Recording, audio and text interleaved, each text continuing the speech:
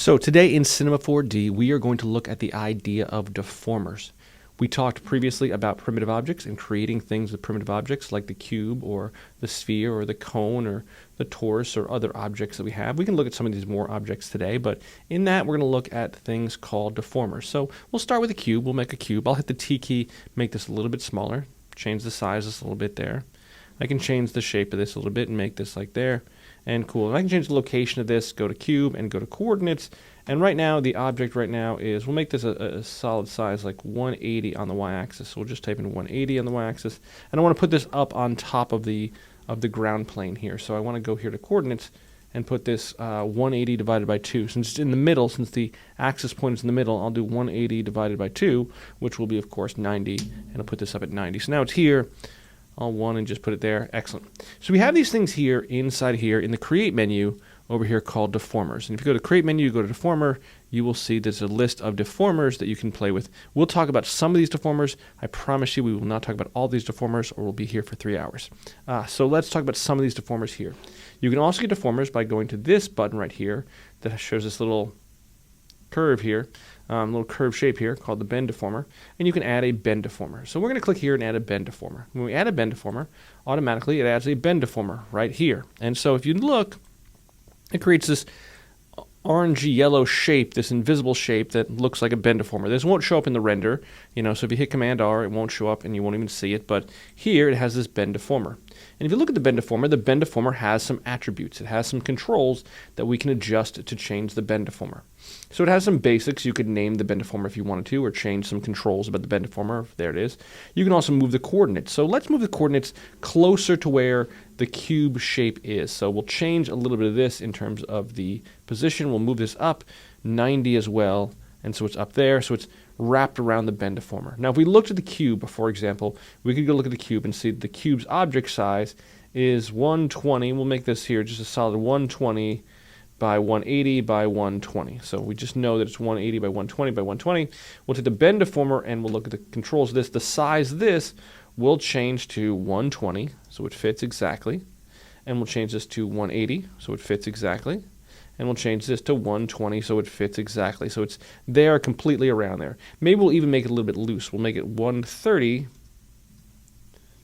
by 190 by 130. That way you can see it a little bit bigger than the object. So now it's wrapped around, but it's kind of wrapped around bigger and wider. So you see that you have coordinate controls, you have basic controls, but obviously the most important controls are in the object controls. Now in the object controls, you have some controls here that show you what's basically happening here in the bend deformer. So you have a bend deformer mode, limited, within box, and unlimited. We'll talk about each of those in a little bit.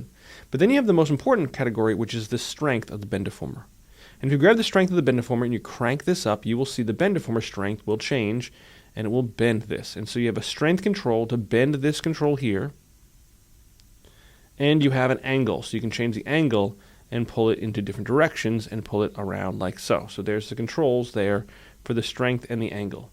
Now you may notice that you also have this little yellow guy, this little direct axis control here to pull this, and you can change the strength and the angle to bend this in every single direction. Now what this is doing is it's bending the deformer, but the deformer is not bending the object, and that's a problem. And the reason why that is because there's no relationship between the cube and the bend. The bend is not saying bend the cube, it's just saying bend, and so it's just there as a bend. What we need to do is we need to make the bend a child of the cube. We need to set the cube to be a child of the bend to be a child of the cube. And the way we do that is we drag down. Now if we drag the bend down, you'll see that it'll make a little arrow beneath this, and it looks like this, a little arrow beneath this, and it puts this down here and puts this beneath this. And that does nothing, because these are in the same plane. These are in the same area here, the same plane like so. And we can drag the cube beneath the bend and the bend beneath the cube, and that doesn't help us at all. What we need to do is we need to drag the bend down until it turns to a down arrow. And the down arrow says add this here and makes this like so, and then boom. And now the relationship is this, cube with the bend. Not now. So it is cube with the bend here in this relationship. This makes the purple guy a child of the cube. And these purple guys tend to be children. We're going to set these purple guys as children here like so to be children. So just remember the purple guys are always children. there, like so. And now the bend is a child of the cube. We'll notice that now when I hit the bend strength, it bends this object. But honestly, it's not really bending it really well. It's not really bending it at all. It's kind of just slanting it, which is not really what I wanted to do. I wanted to bend it. Well, one of the things we didn't talk about earlier, we kind of hinted at earlier, but we didn't really get into it, was the idea of the cube has segments. And so we have segments here of the cube. So if you hit the display option for garage shading, I love saying that, garage shading or NB, garage shading with lines, you can see that the cube has NB, and you see that has lines. I'll turn the bend off for a second so you can see this. So there's NA, which is without lines, and then NB with lines. But we don't have any lines to separate this into segments. So we're going to go to the cube, and we're going to add some segments in here. So we'll add maybe just 3 by 3 by 3. And so now we have 3 segments by 3 segments by 3 segments, and now you can see my cube has some segments there. Now, in this case, the bend deformer will start to bend a little bit. And so now we go to the bend deformer, click on the bend deformer and choose the strength, and now you'll see it'll start to bend sort of, kind of. But you can notice here that it looks kind of chunky, which means on this y-axis, we may want more segments here on the cube. So the cube will crank up the y segments to 3, 4, 5, 6, 7. We'll just drag this and make this a whole bunch. And now you can start to see I get a sense of bending.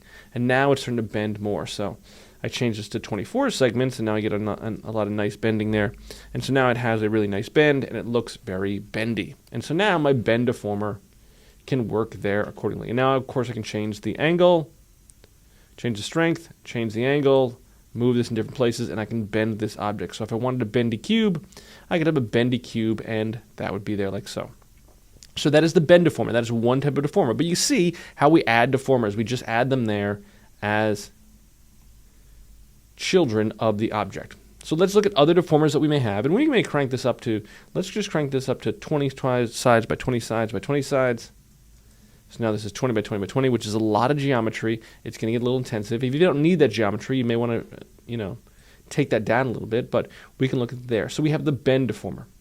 Next to the bend deformer, we have, if we hold down this bend deformer, you can see that we have the other deformers here. We have something like the bulge deformer, and the bulge deformer will bulge this. Now, again, this bulge deformer is not necessarily on here properly, which would cause a problem. If we take this bulge deformer, we put this here, you're going to see this is going to bulge this weirdly. And so here, when you add this in here, you say strength, it bulges this like this, which is a weird kind of bulging that happens here. The strength of the bulging is there, so which means we could put the coordinates of the bulge deformer, we could put this up plus whatever, and then move this off to the object, etc., and change this to 90, and move this up here, and change the bulge deformer to where it is, etc. But I like this as a technique. If you take the bulge deformer, you'll notice that in the object controls, there's a control here that when you make this a child, when it's not a child, this will be grayed out. But when it is a child, you add it to a child, there's a control here called fit to parent. And fit to parent is really nice, and then it does all this math for you. It puts it right where the object is, it puts it perfectly 120 by 180 by 120, it puts it right there, and it puts this perfectly around here like so. And now we have this bulge. So now we have this bulge deformer, and this will bulge this either out or in. So it bulges it out, or you can invert the bulge to go to negatives and kind of squish it in there. So now we have this kind of shape. So if we have enough geometry, we have something working. Again, if the cube had less geometry, if this only had like 5 on the Y segments, it would look kind of chunky. And so you have a little bit of chunkiness there. But having it at 20, you're getting a really nice curve, and you have some really nice controls to control how this thing looks and how this thing bulges or bends like so. Now that's the fit to parent, which means it bulges the entire thing perfectly. Now it's bulging out this way, it's bulging along the y-axis, and that is because the alignment right now is set to bulge along the y-axis, which means the position of this is here. And you see the little control here that allows us to bulge this way. And we can pull this control to bulge this in or bulge this out, and kind of pull it this way to bulge in or out. If we wanted to, we could rotate this. Now we could do this really complexly. We could rotate this, hit the bulge, and rotate the bulge. And if I rotate the bulge, I could rotate the bulge this way, 90 degrees this way. And now the bulge is facing this way. So now the dot here, we'll just reset the bulge back to 0 here. And now the bulge is facing this way. And so now when it bulges, it can either bulge in or out, like so. And we could fit this to the parent appropriately. We could either go in manually and say, okay, it needs to be this way. Let's see, 120 by 120 by 180. Or no, I don't know, by 120. I gotta figure which side it is. I think this side, this axis is 180. There, it fits there. And now we bulge, it's going to bulge this way. It's going to bulge out this way or this way. So this is the direction of the bulge. But here's the truth. We don't need to do that because we can fit the parent, which is bulge it this way, and then we can change the direction. So if we wanted to bulge across the x-axis, we could do positive across the x-axis, and then it would fit to parent along the x-axis. And we say, fit to parent, now it's going to bulge this way. And so you can try out your different bulge alignments, basically, or your different alignments for how this thing fits to parent. So we hit on the Z, fit to parent, and it says, okay, now it's going to bulge, this way, as opposed to on the X, which is going to bulge this way, as opposed to on the Y, which is going to bulge this way, which is the first way we saw before. So you can kind of reassess your alignment there. So you can choose alignment, the directions, which way it's going to bulge, and the controls there. But if you didn't want it to fit the parent perfectly, you could control kind of a reduced area here, and you could say, hey, I don't want it to go across the entire 120 to 180. I only want it to go across 120 by 60, or by, let's say, by 80. And so now you notice the bulge is only in here. So if you look closely here, the bulge is only wrapping around here. We're going to make this a little bit bigger. So we make this a little bit bigger. We'll make this 130 by 80 by 130. And now you can see that the bulge is only covering this area. So now this is only covering inside of here to do the bulge inside of here. So if we wanted the bulge here, it would only do it here. Now if we take the coordinates of the bulge, we move the coordinates of the bulge up from where it is currently, we move it up screen, say up here, we can bulge up here. We can bulge the tip of this, for example. We can say bulge, object controls, and we can change to only bulge this part of it. So there's a lot of control that we have here of what we're bulging, the range of what we're bulging, how much we're bulging, where it's bulging, and we can adjust to where it's bulging, to where the bulge is being effective. So that's the bulge, for example. And this is with any deformers you have. There's some controls to any deformers to change position, how it works, what it does in terms of deformers. Let's look over it. We'll look at shear, for example. Shear works a little bit differently. So shear is in the wrong place. We're going to put this in the cube. And now we're going to say object controls fit to parent. So it's going to fit perfectly around there. So let's do the shear strength. So we have a shear strength. It turns like this. Now notice that this cranks up to 100. And you're like, oh, well, this is a little bit of shear. This is okay. It's not great, but it's a little bit of shear. I like it. I guess it's okay. You can actually sometimes crank these higher than 100. So if you grab this right here, this little arrow right here, you can kind of grab this and pull this more than 100 and shear this a lot. So sometimes you can go more than 100%, which would upset my math teacher in high school, that there's no such thing as more than 100%. But, now we're going to 500%. Man, whew. Now you can shear this a lot. Now, notice here that you have a shear angle. And you obviously have some direct controls of that, so you can grab this and pull this and shear this in different directions. Same thing with the bulge, and same thing that we saw with the bend. You have an amount of curvature. And so there's a control here for curvature. Right now it's at 100% curvature. You could curve it more, which is weird. You could curve it so it bends really a lot. Or you could reduce the curvature and have it just be kind of a slant. So 0% would be 0% curvature, and you'd have that there as an idea. That would have existed if you did that with the bend as well, or with the bulge as well. You could take the bulge and say bulge fit to parent, and you could say let's control the strength and have this bend a lot, and you could reduce the curvature to make it more kind of a straight line. So this is what the bulge does, there. Can you exceed beyond 100% there? You could really over bulge this, which is weird, an idea. So you can actually control this to be a weird there. So it has a line there that makes a line right across the middle of it, and then it decides how much is it going to bulge out. You could make this a certain amount of bulge. So there's, again, a lot of control that you have there. So that really quick was the shear, which is interesting. And then here you have the taper. Let's go to something else. Let's go to another object here. Let's go to here, and let's choose the tube. And we're going to choose, the object of the tube. And now we're going to take the tube, we'll add some more rotation segments on here. We'll make 32 here. And we'll change this to be on the x-axis, so it's turned this way. And then we're going to stretch this out a little bit. So it's like there. And make a little bit there. We'll make it a little bit smaller. We'll just hit T key, make this a little bit smaller, drag down. I just want it to be small and kind of long like this. Excellent. Now you notice there's only 4 segments here, which I want to add some more segments to the height segments. We're going to change this to like 16. And so now we have a whole bunch of segments there. Maybe even more, maybe 32. And now I'm going to go here to the taper. Now, it's sometimes tricky to go to add the taper and then drag the taper to here and then choose fit to parent, and then we fit to parent. That's sometimes a pain in the butt. So I'll show you a quick trick, a shortcut that you can do. If you hold down, and this is the only way I think of this, I think of parenting. You know, this is maybe more male specific, but I think of the memory device I use is I think of the word son, and I think of the word son like son of the tube, like it's like a horror movie from the 1950s, son of tube. And so I think of the shift key, shift for son. If I go here and I hold down the shift key when I add the taper, for example, or any of these deformers, I hold in the shift key when I add this, I hit shift and I hold down shift and I hit taper, it'll automatically put this as a child file. Son of tube, and then it automatically fits to parent. So it automatically makes this and it automatically fits this to parent perfectly fine like so. And what this will do is it'll fit it right there. So whatever size this tube was, so if you do the math, this tube was, the outer radius was 37.67, the length was 465. You'll notice the taper is here, 465, and it actually made this double 37.67, which was 75.35, and that's because this is going by diameter, and the tube goes by radius, and so it makes this double. So it does this automatically. It's really smart. It really takes care of it. It does this. And now we have a strength control to say strength of tube, and it will bend this. It will taper this way, which is a weird taper. I mean, let's be honest. It's a weird way of tapering this. This is not the taper we wanted. This is not really working for us really, really well. So let's change this.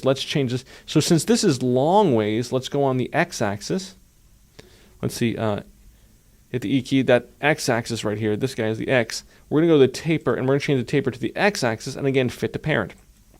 It doesn't do that for you. It doesn't automatically assume which direction you're going to go when you do the automatic. So S, shift for son of. If there was a daughter term for that began with S, I guess, yeah, something. Soror, maybe. Yeah, you could use that as there if you want to be more female specific. But there, so we have this and we have strength, and we can say bend this, and again, there's a direct control here. We can bend this and taper this like so. And we can taper this and make this a point. And you see there's a curvature amount. Again, we can make this less curvy or more curvy. You could again extenuate probably this curvature and make this more like a blimp there. We'll leave this at 100, and we have some curvature there like so. And so now we can change this to there. So let's go back to the tube. Let's just make some actual sizes. We'll make the radius 35 on the outside. Cool, we'll make the length 450. Excellent, and we'll just change the taper, fit to parent, and now it's going to be 35. It's going to be 70 by 450, which is much nicer. So we have that there like so. I want to talk about some of the controls that we have inside of here to control this and things we can do to level some control. So we have some control there. We have this ability to change the length of this. So right now it's the actual length of this, 450. We're going to change this to maybe something smaller, like 200. And so now it's only bending here. Now this bending here, we can take this, we can move this, we can object move this and just move this here to this edge, or we could say, hey, let's bend on the negative x-axis, fit to parent, so it's bending this way. And again, we'll go down to 200. And now it's spinning like there, and we could put this like there. And put this right to there, to that edge, and congratulations, I made a pen cap. Look at that, amazing. I made a pen cap, it's amazing, it's wonderful, cool. We could probably find something like in the asset browser, go to materials, and go to something like plastic. And a rough blue plastic here, we can put that on there, and boom, boom. Man, here it comes. Oh man, there's my pen cap right there. Amazing, I made a pen cap. That was groundbreaking back in the day. You know, you can make a pen cap. Anyway, we can make that there. So let's talk about this as an idea. We'll get rid of that. Maybe we'll keep the pen cap color.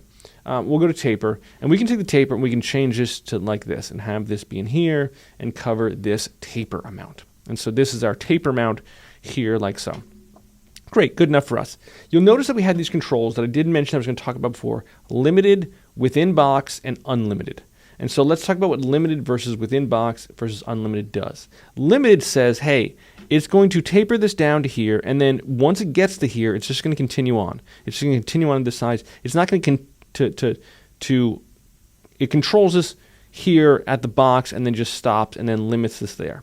Within box says, hey, only do it, only deform it within the box. So this is the box that's made by the deformer. We say within box, and then it says boom like there. So it deforms down to here, and then it comes back to its original size. It just jumps back up to its original size, which is kind of weird. I mean, if that's the thing you're going for, that's the thing you're going for. That's the thing you could do. So you have that options in there. So yeah, that's kind of wonky and weird. And there's a weird deformation that's happening here. Oh, that's because this is riding outside of the box. That's interesting. So cool. We could make this a little bit bigger and probably control that. There we go.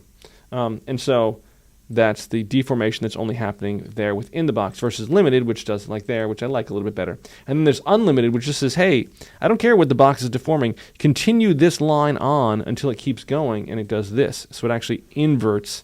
It comes all the way small and then inverts. It just maintains this line until it gets to nothing and then goes forever.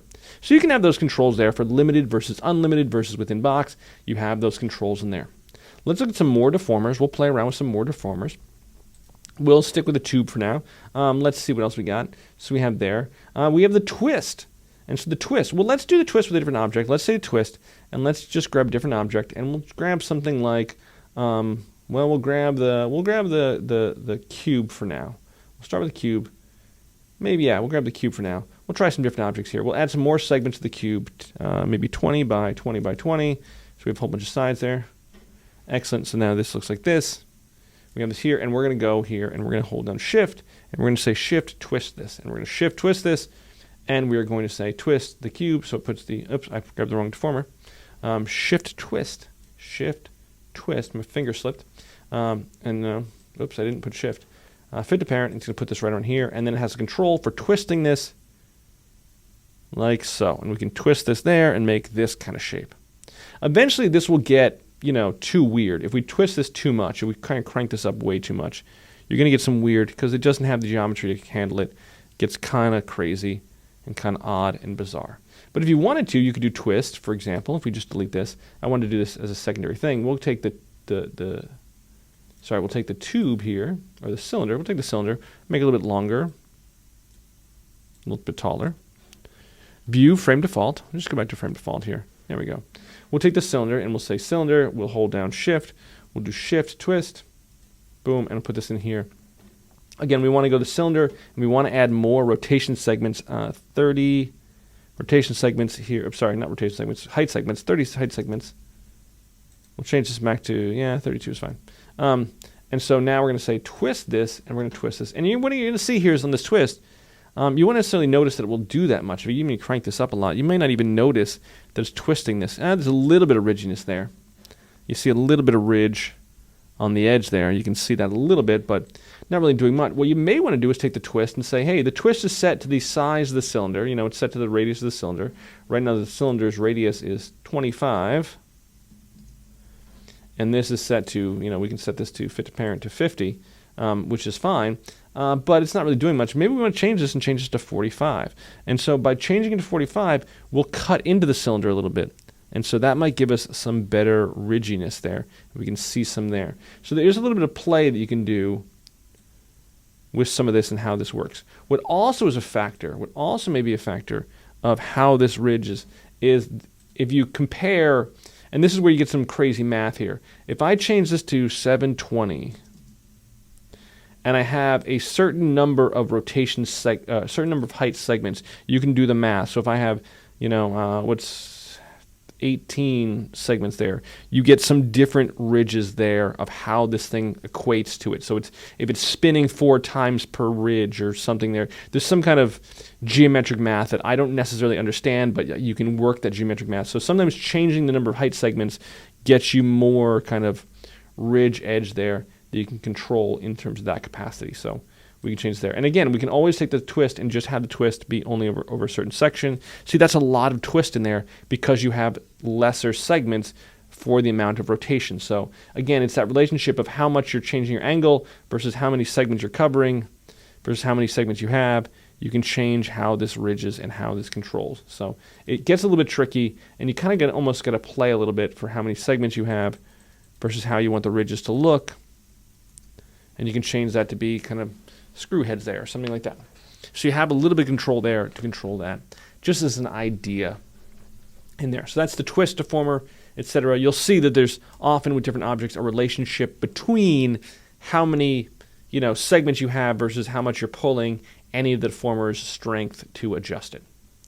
Let's keep going. Let's play a little bit more because this is getting fun. We can go to the FFD if we want to, but I'm not really concerned with the FFD, nor the mesh, nor there. But let's just play. We'll play with the explosion deformer, we'll play with explosion effects, and we'll play with the melt and shatter, etc. Explosion deformer gets really complicated, so let's take the explosion deformer. Let's go back to something else. Let's take a different object here. We'll take the torus, and or maybe the platonic. We'll take the platonic and have the platonic. This creates a shape here that's based on a certain number of sides. So you can go to your icosa, your tetra, which is a pyramid, your hexa, which is a square, which is silly. Why would you make that? An octa, a dodecahedron, 12-sided die, an icosa, and a bucky. I don't know why it's called a bucky, but I like it. Let's play with bucky. And so we'll go to bucky, and we'll go here, and we'll go to the explosion deformer. Again, I'll hold on shift and shift explosion deformer and put the explosion deformer right around there. Now, if you look, the explosion deformer is just a dot. It's not a shape anymore. There's no longer a shape. The explosion deformer is just a dot. And the reason why it's just a dot is because it just kind of decides to make an explosion. And so now, with the explosion deformer, this will explode this strength and break this into pieces. And so this is the amount of explosion, of exploding these sides, these segments into there. That's all it does. It goes like there, like so. And you can change the randomness, how random it is. You can crank this up. This only goes to 100, so this is 0 to 100 randomness of how it explodes it. Does it explode it straight out, or does it explode it with some random movement here, of random movement, etc.? You can actually crank this up and have a lot of randomness, etc. And then you have these other controls like the speed, the angle speed, and the end size. You can crank the end size to make these much bigger as they grow. So now as it expands, it comes up and goes and becomes much bigger. If you wanted that kind of control there. That's a cute little effect there. That's a cute little thing there. The speed, boom. The only thing the speed really controls is how much does it explode over time and how quickly does it explode, etc. How quick is the explosion? This is for animation, which we'll talk about later. Angle speed changes how much does it rotate there. Obviously, you can crank this up even more and have this be exploding a lot, so it kind of breaks and expands and rotates. How fast is the speed? How fast is it open? Boom. What does it do? Etc. You have those controls in the explosion, but the explosion is kind of limited. And the reason why I said the explosion is limited is because I really like the explosion effects. Holding down shift, or no, I'm holding shift. I'll go to explosion effects, and now explosion effects is a whole bunch of controls. So the explosion effect is really much cooler. The explosion effects is here. Under the object controls, we have a time control. We're going to set the time control to 0%, so it's going to be together. When we increase the time control, and you can animate this. When we talk about animation in a future lesson, we'll talk about how to animate this. When we animate this, we can have this explode like this, and it will explode in there. Now, right now, one of the things that's happening here as it explodes, it's exploding a little bit, but it also has a lot of gravity. So let's skip all of this and let's go to gravity and reduce the gravity here. Let's hit the gravity and we'll just crank the gravity down to nothing so it's not falling. It's barely falling at all. Now the object control is exploding outward, which I sort of like. But it also clusters these. It also changes these and adds some controls to this of how these things cluster together, and it also adds some actual depth to this. Even though there's no depth in here, it makes this more feel like a soccer ball and explodes this out like there and has this some control inside of here like so. So we'll go to here, we'll go to object controls, we'll go to cluster, and now you have the thickness amount, so you can change the thickness of how these things are. The density, you can crank up the density, there's a whole bunch of controls here, and honestly, I'll be honest, I don't always know how these things work and how these things adjust, etc. The variation, you can crank up the variation there, and now etc. You can have these controls there. And so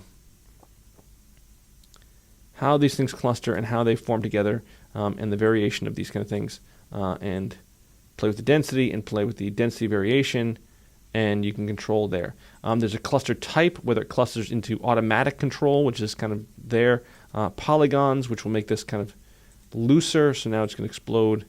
All the polygons are just going to explode outward like so, etc. We can go in here and say, based on user selected tags, which we don't really concern ourselves with right now, you can control some other things there. It's really a complicated thing. And then we get to explosion.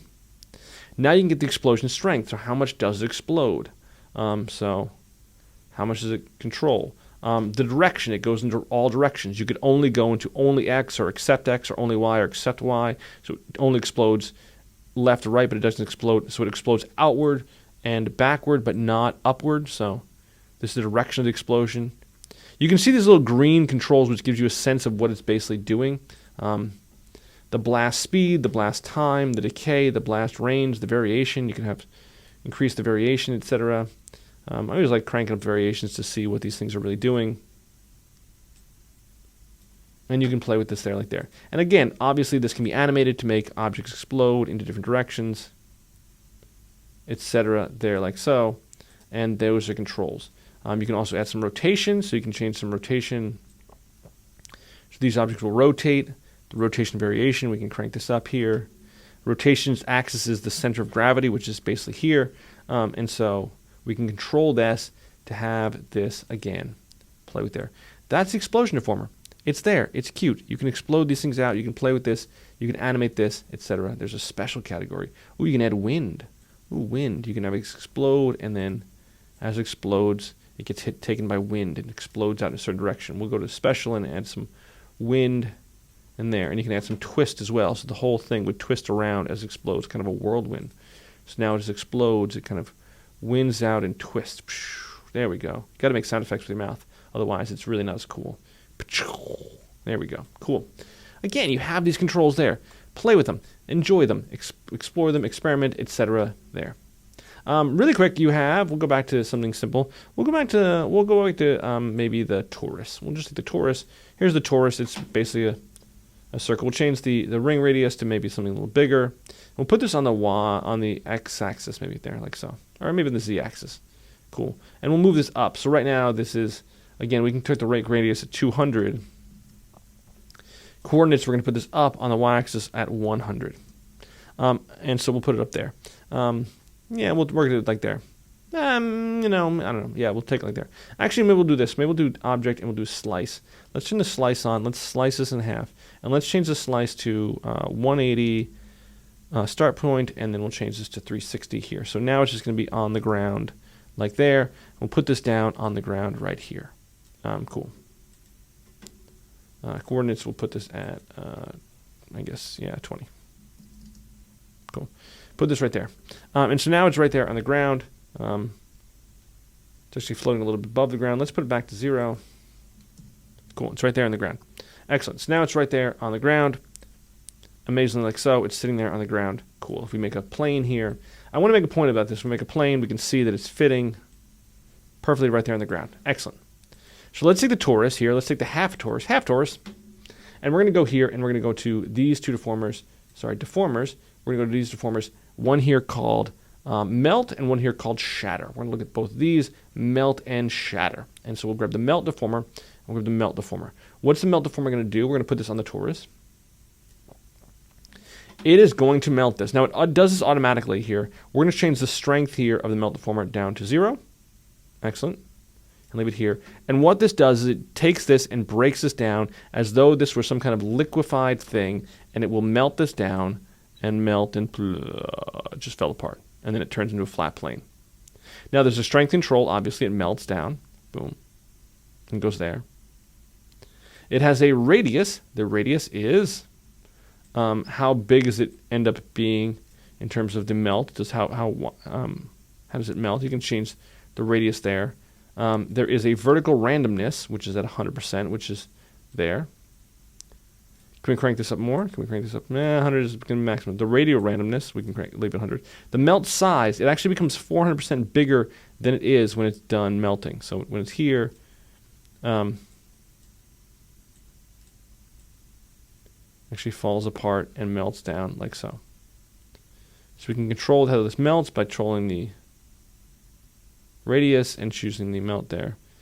Changing the 0 radius does nothing, but we can actually control this. Now notice that this gets pretty chunky over here.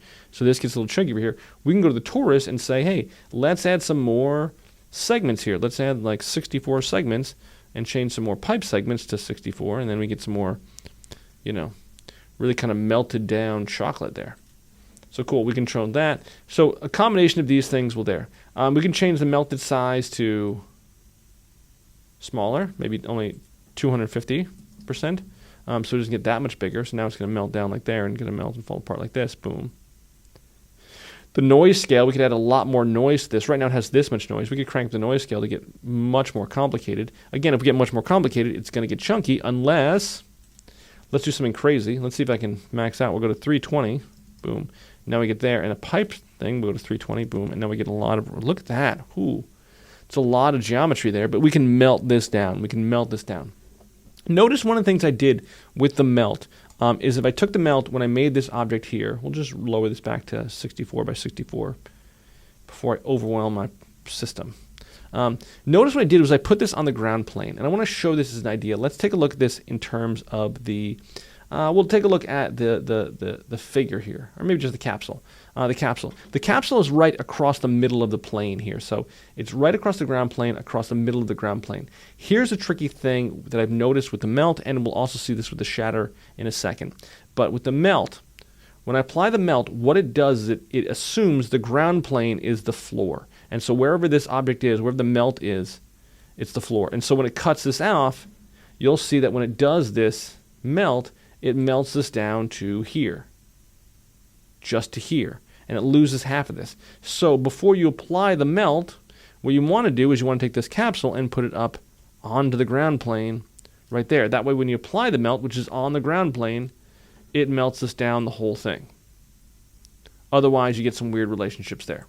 Now, theoretically, you can move the melt as well. You can move them where the melt is, where the ground plane of the melt is, and then it would melt like that. And so it would melt even down further, which you could play one. You can move the melt or you can move the ground plane, but it has to be at the, if you want to use the melt to melt the whole thing, it has to be at the bottom of the thing that you're melting. That's what it assumes it's going to melt to the ground. And you'll see the same circumstance with the shatter. So, for example, if I took the figure, here's the figure, little person figure, I could use the shatter deformer. And I could go here and say, yeah, let's apply the shatter deformer and throw the shatter deformer on here, and it's going to shatter this in here. So we'll take the shatter strength, it's going to shatter this down and break him down into pieces. Oh, look how sad he is. He just got broken down into pieces. It just shatters him. It's almost like the explosion, but it just kind of breaks him to pieces there. It has an end randomness and an end size. And we could break this down and just kind of breaks this down. But if this is here, if this figure here is in the middle here, and we add the shatter deformer, it's only going to shatter the top half of him. So here, we have the shatter deformer, it's only going to say, hey, shatter the top half of him. And it breaks him down like there, which is weird. It's going to break him down, and breaks him down that way. And that's not necessarily good. So we need to put the shatter at the feet, because if we want to shatter the whole thing. I just want to make that point because that was tricky for me originally in doing those kind of deformers. Again, there's some more deformers we can look at, and when there's some more deformers we can explore, and there's some other things we can look at in terms of there. There's some other crazy deformers. I like the squash and stretch deformer. The squash and stretch is really weird to me, I'll be honest. It makes this line, so it makes this invisible line right here called squash and stretch, and then it has all these weird controls that I don't necessarily know what all of them do, but we'll talk about them as an idea really quickly. We'll talk about them here. So we'll take a cube, something simple, for example. Take a cube, or maybe just a cylinder. Take a cylinder here, and we'll put the squash and stretch on the cylinder. Cool. And we'll actually make sure to fit to parent. At the bottom here, fit to parent. And so it has as control a top, a center, a bottom, an aspect, a factor, an expand, a smooth start, a smooth end, and a curvature. Man, this is like bulge crazy. bulge, super bulge. So we can control, let's control the expand and the factor. And so we can expand this and expand this, change the factor, and change how much this expands and the factor amount. And I'm going to add some more sides to my cylinder just so we can play with my cylinder and say, oh, more height segments, we'll change 32 and have a whole bunch of segments there. Okay, so let's look at the squash and stretch. So now we have controls to really go here. Let's just click H to kind of center this out. We'll go to squash and stretch here, and we'll say, okay, let's control this to change the factor, how much it's pulling, and the expand, how much it's curving in, how much it's curving out, etc. And we can change the aspect. So the aspect is evenly across the whole thing, or we can change kind of like this. We can make this kind of shape weird. Pull the aspect this way, and you can kind of pull the aspect this way or that way, and change it to different shapes there. Go into different controls there, but we'll leave this 100% because that's going to look crazy. So now you have that there, but then you control where the top of this starts expanding. So you can pull the top down, so it's only expanding in here, and the bottom of this, so it's only expanding there, and you can control the center to offset how it expands versus where it expands from. So you can, it's really a lot of control there. And then how smooth it is in the start, and how smooth it is in the end. Again, I'm going to add a lot more cylinder sides here. We're going to go to height segments, go to 64, so we have a lot more jump. Look at that, man. Look at that crazy shape that I made. Man, I should go more rotation segments. So cool. So I have that control there. Now, what I think is really interesting about this, and you can play with all this to get the kind of control you want here. What I think is really interesting here is the type right now. So the type, let's just reset this. So we can right-click here, and we can choose Reset to Default or Reset All. And so we go squash and stretch, and we're going to crank up the factor and the expand. We'll put this in a little bit, just so we have a little bit here and a little bit here, just so we have a little bit of expansion here. Great. So we have this expand like there. We have type, we have square. Next to square, we have cubic. This is how it kind of triangulates or kind of creates the curvature there, how it does the math inside of Cinema 4D to make the curvature happen. So we can go to cubic, which curves like that. We can go to quartic, which curves like that. We can go to spline, or we can go to custom, which you can say the power of 2. So you have square, which is the power of 2. You have cubic, which is the power of 3. You have quartic, which is the power of 4. And then you can do custom, which is the power of 7 if you wanted to. Or something else. You could change that there. There's some kind of math in there.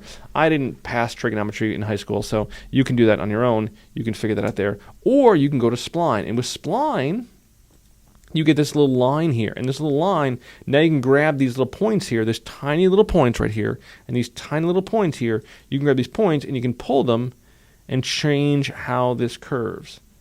And so you can actually control the shape of your curve to get whatever kind of curve you wanted to. And if you wanted to go extra crazy, you could hold down Command, and then you could make your own curves of all these kind of curvy shapes. And I don't even know what I'm doing now, but I am making the world's most advanced, fancy table leg ever.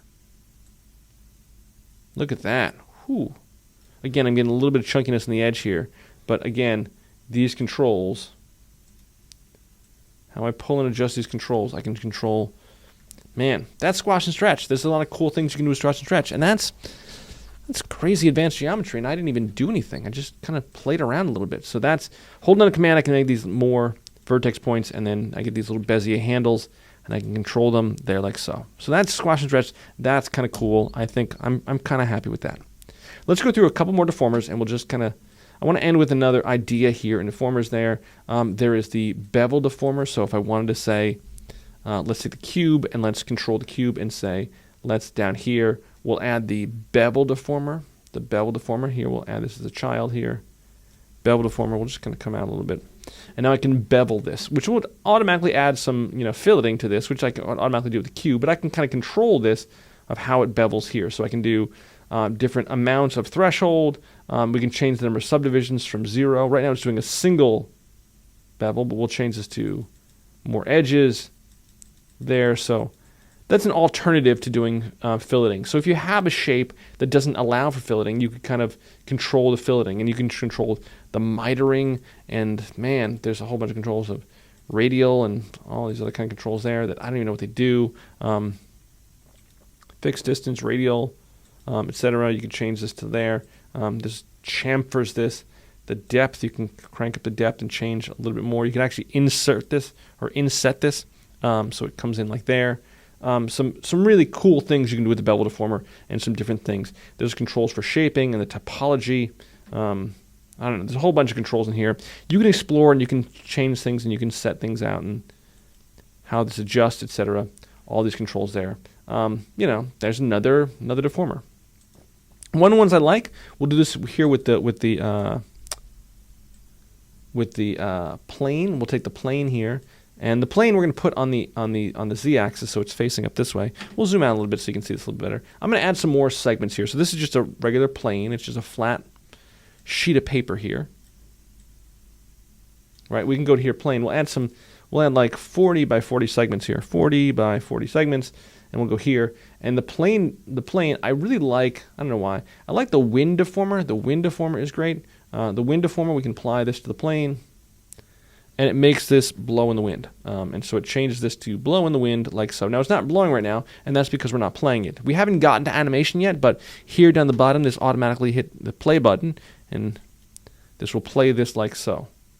And so now we can change the amplitude of the wind. We can change how much wind there is. Change the size of the wind so we can have more or less wind. And we can change the frequency and the amount of turbulence. So we can change this to be crazy wind here. And there's a control here for FX and FY. What the heck does this mean, FX and FY? Well, we can change this to how this goes in the x-axis, how this controls the wind, the frequency on the x-axis and the y-axis. And you can get some there.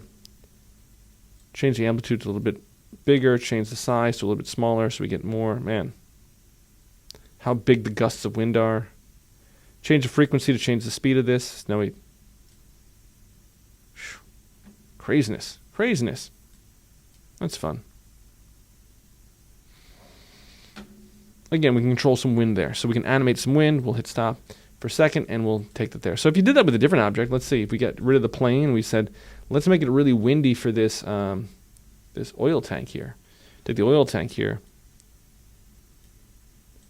Make the oil tank much bigger. We'll take the wind deformer. I don't know what this is going to do. We're going to try.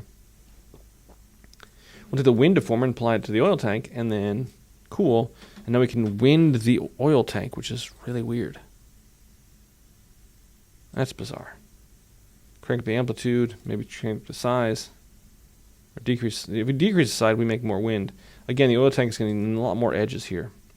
Let's go to the rotation segments. Let's crank this to 32. Let's change the height segments to 32 as well. And now we have a lot of wind going on this oil tank. It's a windy oil tank. That's really weird. Oh man, that's really creepy. I like it. Kind of fun. We're going to hit stop. Anyway, we have those controls inside of there. Some things we can do with wind deformers, etc. I do want to talk about an idea here. We're going to take a sphere here. Or we'll take a solid. We'll take a cube. Take a cube. We'll put a cube over here. If you don't know what a deformer does, and like I said, we're not going to go through all these deformers. There's delta mush. Man, what does that do? I don't know. There's displacer. What does that do? Here's collision deformer. Collision deformer. What does collision deformer do? How does collision deformer work? I don't know. Well, let's take our cube. Let's add some segments, and we can play. We can just play 32 by 32 by 32. We'll make a whole bunch of sides here, just for sake. We'll take this. If you add the collision deformer, we're going to say collision deformer. Great, awesome, cool. Collision deformer. What does collision deformer do? I don't know. It doesn't do anything. It has a control for coordinates, for objects, for colliders, for include, for maps, for cache, for advance, for fields. It has all these controls there. Here's the thing I want you to take away from today's lesson as an idea, just as an idea. If you're doing deformers, if you're adding in deformers and you're making deformers, and if you're adding anything, one of the tricks is to use the instructions and use the manual. Rather than learn from me, if there's things that I don't know, man, Sim4D, if you go to here to this icon right here, you can go to this icon right here and you can say collision deformer, you can right click and show help. I've worked with a lot of programs before, and I've worked with a lot of software before. One of the best softwares in terms of helping you is Cinema 4D. Cinema 4D has a great manual that gives you a ton of information and tons of stuff. Show help opens up this dialog box that really talks about what this thing does. The collision deformer shows you how to use it, shows you things you can do with it, shows you how it can be used to simulate stuff. Man, I don't know. Let's take So we have this. It has pictures, explains things, everything in here. They've done a really good job. What does the fall off do? There's show help. This is the fall off. How the fall off works. Okay, with fall off, without fall. Man, there's, again, everything has controls there. So let's take a look. Let's do what they said. Let's here go to collision deformer. We'll go to show help. Command F1. And so we'll go here and see what this thing does. So let's just try this as an idea. And let's try both these things that they're talking about here. So let's say here we're going to go cube. And the collision is going to be another shape. So we're going to take collision. We'll take a sphere. Just for fun, we'll take a sphere here. We'll add some more sides to my sphere, 32 sides to my sphere. And we'll take my sphere here. And now we're going to say the cube's collision, the collider, is going to be the sphere. And now, if I take my sphere and I move this, let's try this, and I push this into here, it should, oh, look at that. It collides into this. Boom, it changes there. And even if the sphere isn't visible, so even if it's active but not visible, we can move and go, oh, I love that. That's great. That's fun. It's weird that it kind of just absorbs it at some point. At some point it absorbs it.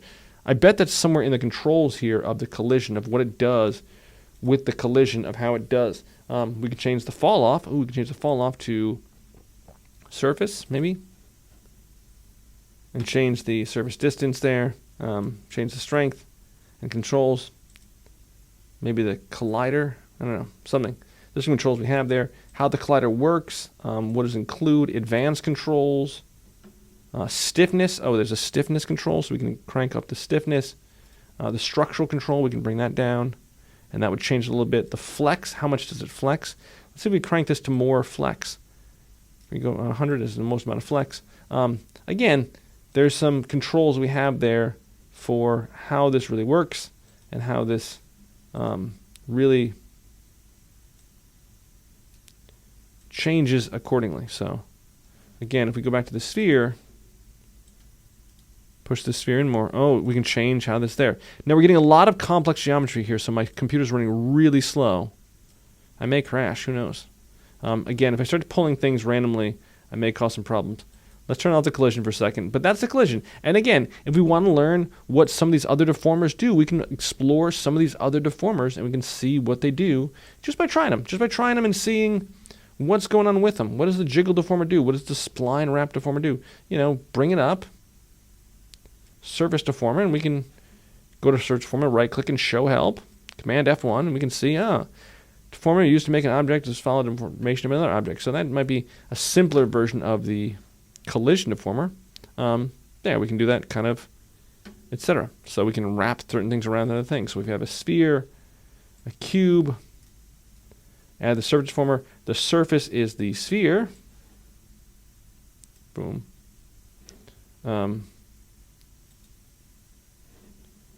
Let's see, will this wrap this, sorry, let's go to the sphere, move the sphere here, and we'll go to the cube, surface, and we'll say, let's initialize. So it's going to do projection mapping. Oh, this is interesting. Initialize, boom. It's going to think about it. And, not doing what I thought it would do. Anyway, I'll have to read more about this control and how this thing control works and what it really does, and etc. We could change the mapping. Oh, that's interesting. So now it changed. We did something. Move the cube that way. So we did mapping UV, and we said map the UV and the strength. So it wraps us around this like there and wraps us. Man, weird. On the XZ plane, we can change the XY plane and again change the mapping so it wraps it around. Does some weird things. Let's turn the sphere off for a second so we don't see the sphere. That's really bizarre. Oh, and look at that. Man, weird. So it does some weird things. Again, you can explore. You can try them out. Use the help. The help is your friend. It's there. One last thing I want to talk about with deformers, and I want to talk about an idea deformers that I kind of came to really late, and I want to make sure that you understand it really easy. I'm going to go here and go to tube. Or go to, let's go to cylinder. We'll use cylinder here. And I'll add some more sides to my cylinder. And we'll say add some height segments. We'll add maybe 20 height segments. Whoops, sorry. Cylinder. I clicked off it for a second. Cylinder, let's click on here and add maybe 20 height segments. Cool. Maybe 32. make this a little bit taller, a little bit skinnier. Excellent. In here, if I go here and I add a bend deformer, I'm going to add a bend deformer. I'll put a bend deformer and I'll fit it to parent. And I go here and I say, let's make this bend deformer smaller, just bending from here to here. And we're going to bend this way. So we're going to bend this over this way. So it's going to bend like there. We'll bend it 90 degrees there. Okay, I'm going to add a taper deformer. So I'm going to add a taper deformer as well. So I can add multiple deformers to do multiple things. And I'm going to take my taper deformer. I'm going to put my taper deformer here. And I'm going to make my taper deformer really small. I'm going to say T key. Let's make my taper deformer really small and put it there. And I want to move my taper deformer. E key, move it over. Right, so it's right there. So we're going to put it right about here. And I can see my point is right here. And I want to taper this edge right here. So I want to taper this down. So I'm going to rotate this. I'm going to rotate. I'll grab the Z rotation and I'll just rotate this. I'll hold down shift so it goes 90 degrees perfectly fine. 90 degrees and now it's right there. So now I have my taper deformer right here. So it's going to taper, E key, move this right to the end. So it's going to taper right here. And if I look at my taper deformer, I do my taper deformer, I apply my taper deformer and I go strength, it tapers this. And so you can see that the taper deformer did its job. But it's not tapering this shape. And I'm like, man, why is this not working? Why is this not tapering this shape right? Why is this not there? And the reason why it's not tapering is because of order. If you look here, inside of here, it says cylinder, and then it says taper, and then bend. And if we turn the bend off, if we did cylinder and just taper, the cylinder is here, the taper is right over here. So it's not tapering anything of the cylinder because it's doing the cylinder first. It makes a cylinder and then it tapers the cylinder, which is not cool. So what I want to do is I want to do the cylinder.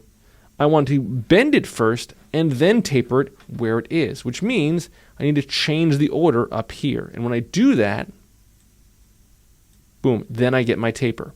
But like this, in this order, taper first, then cylinder, and then bend, I don't get what I want because it's not over there. I didn't bend it to be over there yet because it does this one first. And so this order would change this to bend first and then taper where it's bent to. That idea, there is an order that matters in terms of the object hierarchy here. And so you need to pay attention to that as a concept. It is something that will come up often. And so it is something to consider. The other way of doing this would have been to do the taper first, but do the taper before the bend. But yeah, make sure to put the taper, take the taper and move the taper over here. And I guess rotate it this way. 90 degrees this way. And yeah, we could move this here and we could taper it like this and then bend it. That would be a thing we could do. Except that's really weird and crooked right now, but you get the idea. The idea being is you could bend and then taper, and then the bend is there. But if you're going to, you got to figure out your order. You got to figure out how this works and what order you want to do this in. That's going to be the trick. So those are some there. There's a lot of interesting lessons you can learn about deformers. There's some other people who do some really great lessons on every single deformer and what every single deformer does. But for the most part, just play a little bit and come up with, the way you want to work with deformers and what you get from deformers, etc. All right, cool. Keep building stuff, keep creating stuff. Excellent.